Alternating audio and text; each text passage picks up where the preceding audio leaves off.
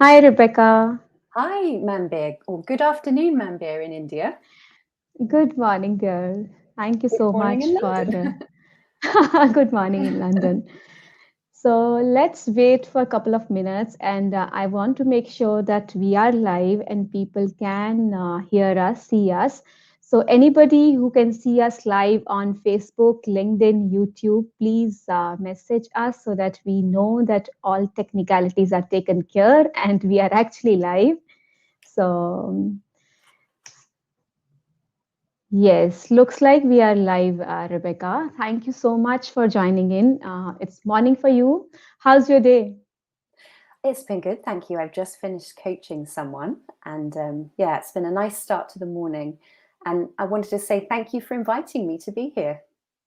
Thank you so much. Thank you so much for accepting my invitation. And welcome, Rebecca, to 25th episode of Growth Mindset Conversations. And today's show is very special for me. It's close to my heart because it's 25th episode.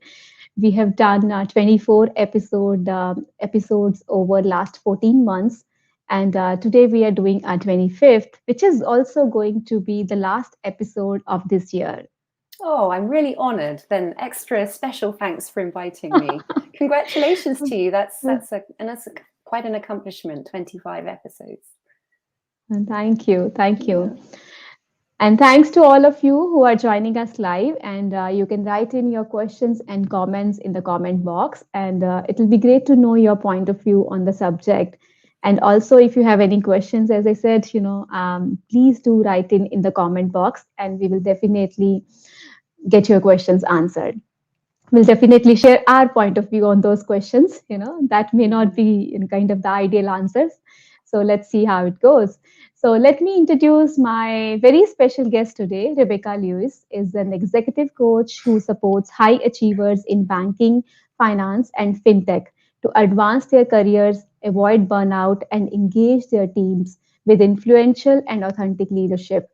After graduating first class from Manchester University, she trained with the investment bank JP Morgan prior to being headhunted by Goldman Sachs, where she held management positions leading departments across EMEA and India before founding a property investment business.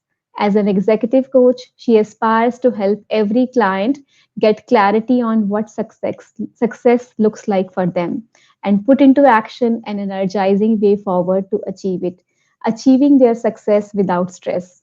This is interesting, Rebecca. Success without stress. Mm. So, Well, for me, thank you for bringing that up. For me, it is really key because so many people get very stressed on the path to finding their success. And yeah, yeah, yeah, yeah.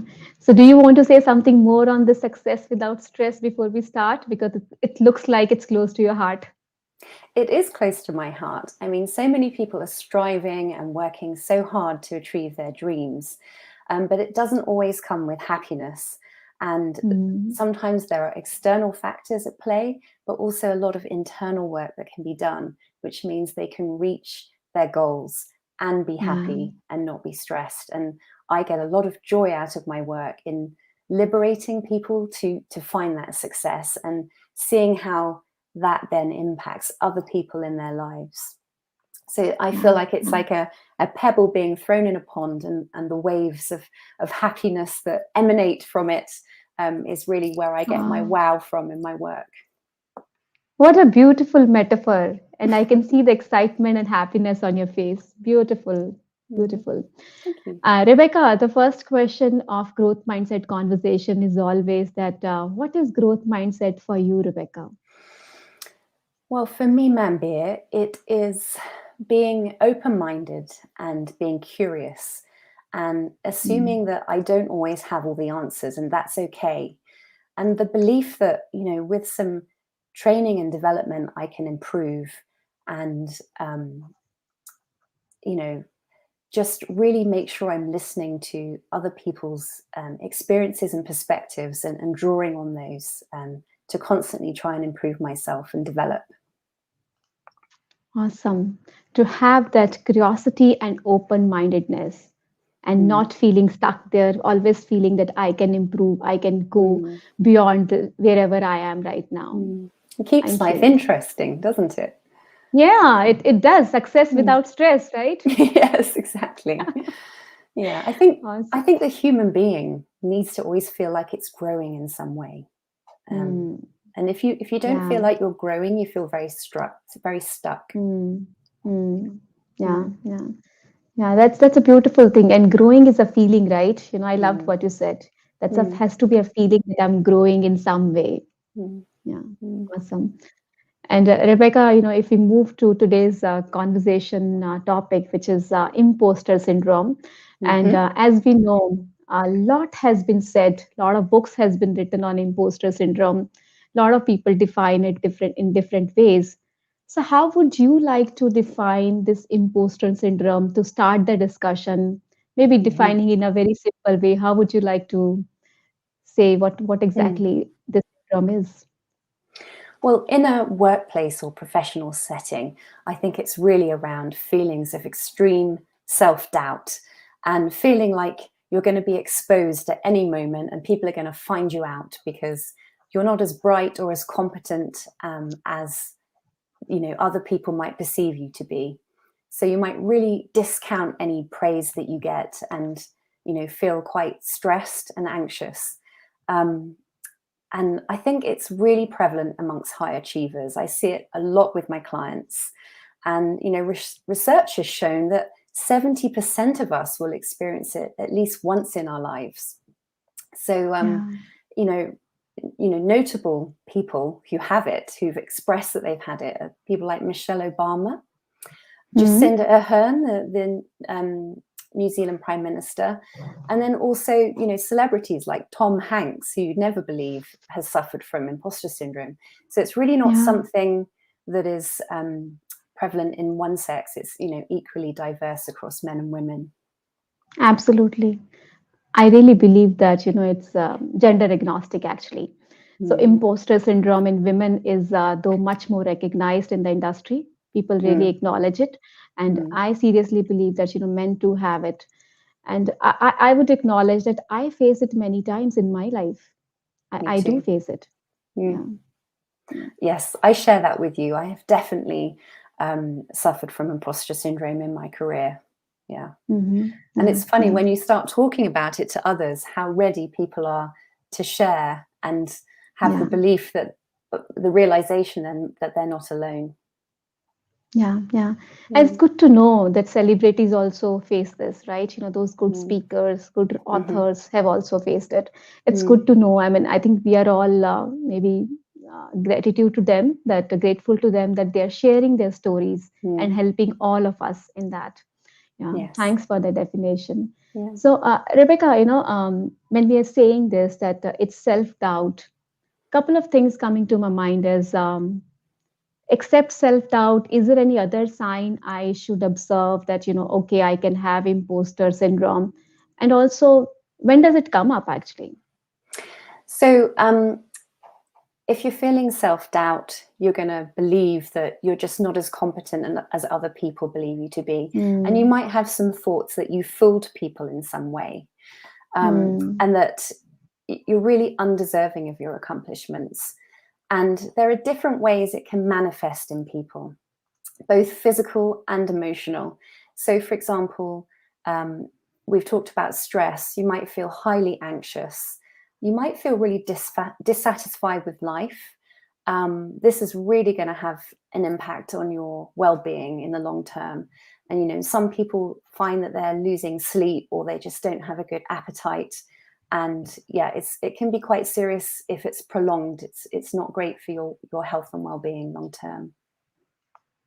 In terms yeah, of when it comes up, I mean, I've seen it, and perhaps that's something we want to share our own experiences of when it's come up. But I've seen it with a lot of my clients, particularly where they've reached a seniority or a leadership position that means they're setting direction, they're no longer following it. Their boss is no longer training them. They're feeling quite isolated. They might be promoted to an area where they're not necessarily an expert in the field, where historically they have enjoyed that position. And, they Yeah. just feel really, really disconnected. And other times it can just be through a promotion, or even perhaps a new job, going into an uncertain work environment. Yeah. Yeah. Yeah. Yeah. Absolutely. Thank you. And I think also when we feel again, it's a feeling that when we feel that people are watching us, now we are at a position where our work is being recognized. I think that is also the position where we can have imposter. What do you think? Yes, I mean, people who have imposter syndrome will definitely discount any praise they get, and might Absolutely. even work to disprove it by pointing out their failures and their shortcomings. Um, Yeah. a lot of work was done by the psychologist, Dr. Pauline Clance, and Mm-hmm. I don't know if it's something we can post as a link, but on her website, there's We can do actually that, Rebecca. Yeah. yeah, there's actually After a that. sort of questionnaire or survey that people can use themselves for personally to assess if they think they've got imposter syndrome, whether they have or not. So that might be helpful. But she did a lot of work into studying this phenomenon and is really renowned for it. Um, Yeah.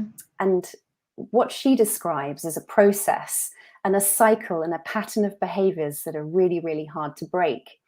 And Mm-hmm. some of the people who've joined us today might resonate with this, that you can be given an accomplishment task, something that you've got to achieve, and you might react in two ways. You might over prepare, get really stressed. We're both smiling with this one. Or you might just completely avoid it and procrastinate until the very last minute and then have a mad frenzy of accomplishment. So you'll actually be successful, get the task completed, and you might Mm. receive praise and feedback, and there's going to be like momentary relief that you've done it, but ultimately you'll discount that success. If you over Yeah. prepared, you'll say, oh, it's just my hard work, I'm still not good Yeah. enough. And if you procrastinated and then had a mad frenzy panic, you'll just say it was down to luck. So you just won't accept and internalize your success. And Yeah. so it Yeah. then becomes self-fulfilling prophecy. You continue to feel that doubt. And as you go into the next task, that will continue. And the cycle and the pattern is really hard to break. Yeah, yeah, absolutely. I can really, really resonate with it, Rebecca. And I have shared my story with you earlier that I Yes. have done it in the ways that over preparation. So I Mm, basically, have over prepared and still felt mm, felt like no, I have not done my best. yes. Yeah. Yeah. Oh, yeah, me too. I've done both of those. I recognize both of those in me completely. Mm, Um, mm, I am thinking back to a point in my career where I was I was promoted into a bigger role, but everything I did, I wanted to do well, and how I reacted was I over prepared and made myself very, very stressed as a result. yeah, yeah, yeah. Okay, so we have recognized the imposter, and Mm-hmm. what are some of the ways to deal with imposter? Maybe a couple of practical ways to how to actually face it, deal with it.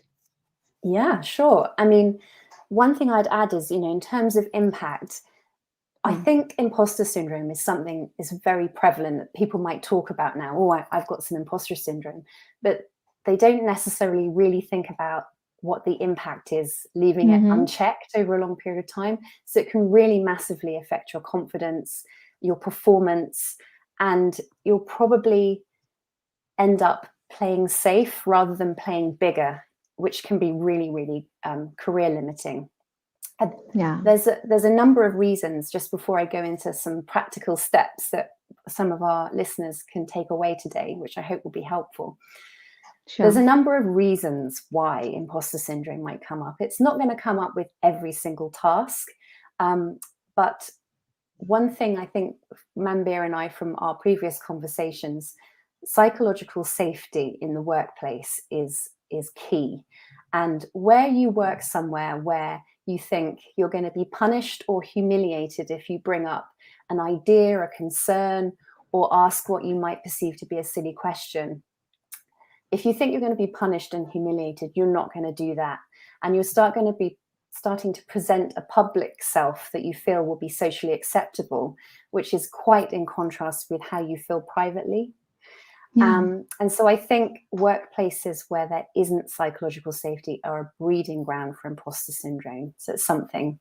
And the other part of this is there's sort of internal and external pressures, or let's say there's a lot of debate around where does this come from? Is it innate Yeah. personality or is it nurture? Yeah.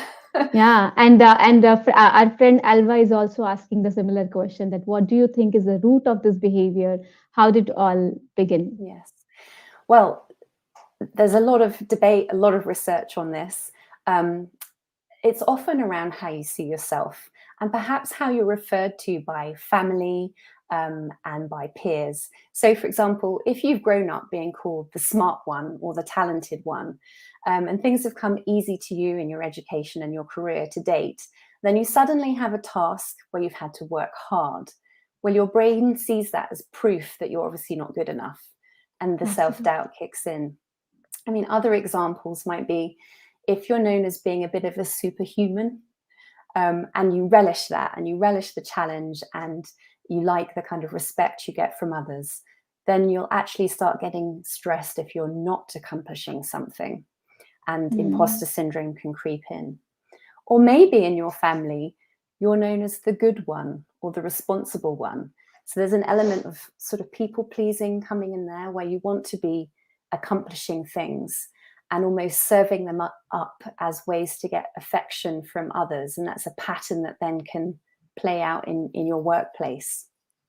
Or maybe you're known as being the independent one. And so it's really hard for you to find help because you believe you should be able to do it all on your own.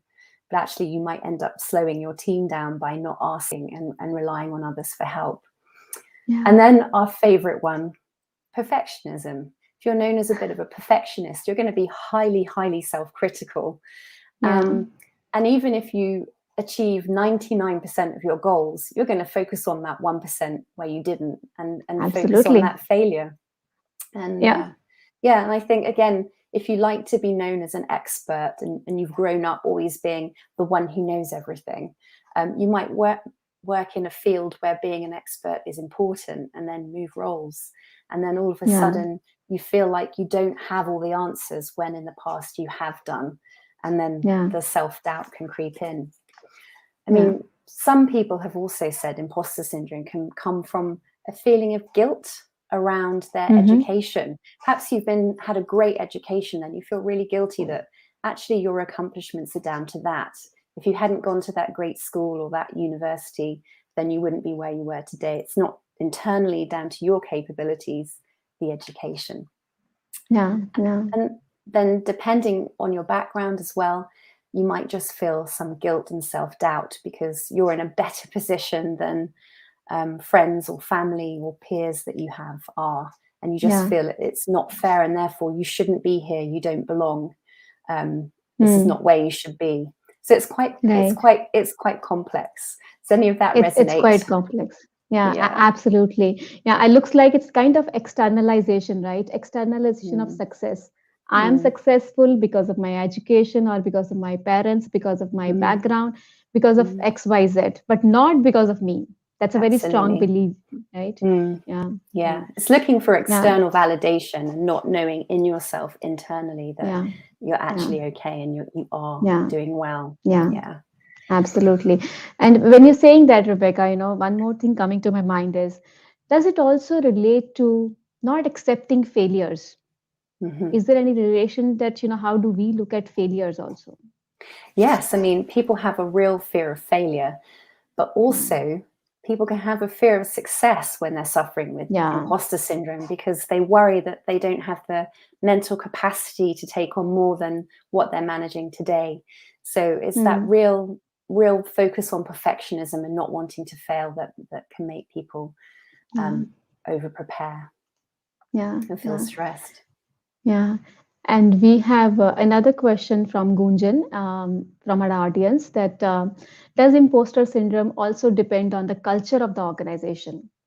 Yes. Now, I talked about just earlier about psychological safety in the workplace, Yes. and how you're feeling at work, whether you feel like you're going to be humiliated or punished for raising things. So one challenge I'd leave people who've joined us today is to go back and think about what their role is in their organizations and their teams today. Is there a variety of leadership styles? Do we have diversity in terms of ethnicity, race, gender, and gender identities? And is that the norm? Is there enough room for everyone to feel like they belong and they have a safe space to take risks, get honest feedback? So thank you for that question. It's definitely to do with culture. Yeah. Okay, so how do I deal with my imposter? So some takeaways today. The first one is to name it. I've got kind of 5 steps I'll leave. Name it, label it, notice when it's coming up, notice the message your mind is giving you. So, people might have heard about the inner critic. So it's not you, it's just part of you, but you might find that you're telling yourself some very harsh, binary comments that you're not good enough. Notice what you're doing in that moment and just acknowledge it. The second thing is you can have your own mantra. Now, famously, Michelle Obama's mantra is, I am good enough. I love that. Some clients I have a postcard of that on their desk or something in the bathroom, and they might repeat that to themselves in the mirror whenever they label it and know imposter syndrome is coming up, repeating your mantra, I am good enough. The third thing is you can create a data file. So this is kind of fun.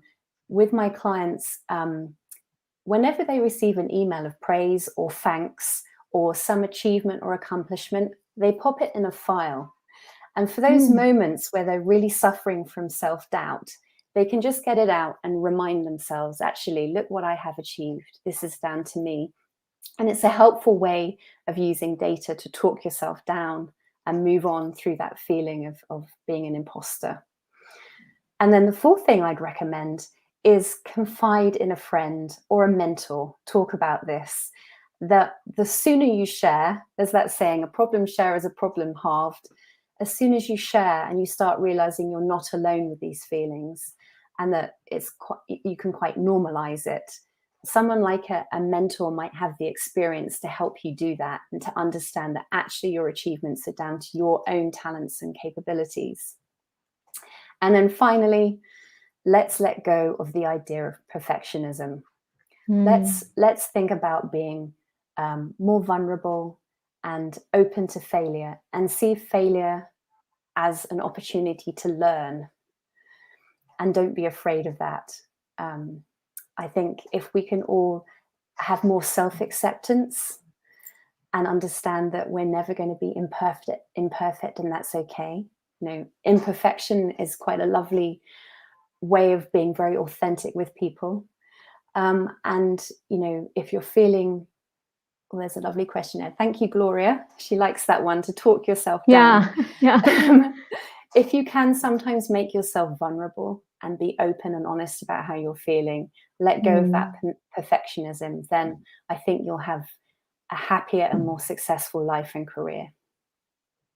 Awesome, Rebecca. I just love the third one, actually, the data file. Name it, label it, data file, confide it, and let go of perfectionism.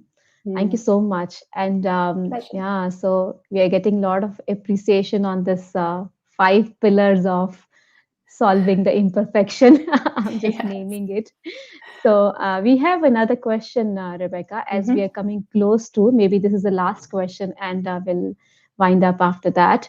So Zakira is asking, can you speak on how does someone can work with a boss who has a clear imposter syndrome? Wow. So the answer to all things, I think, is communication. Yeah. Talk about their own experiences. It just depends on what relationship they have.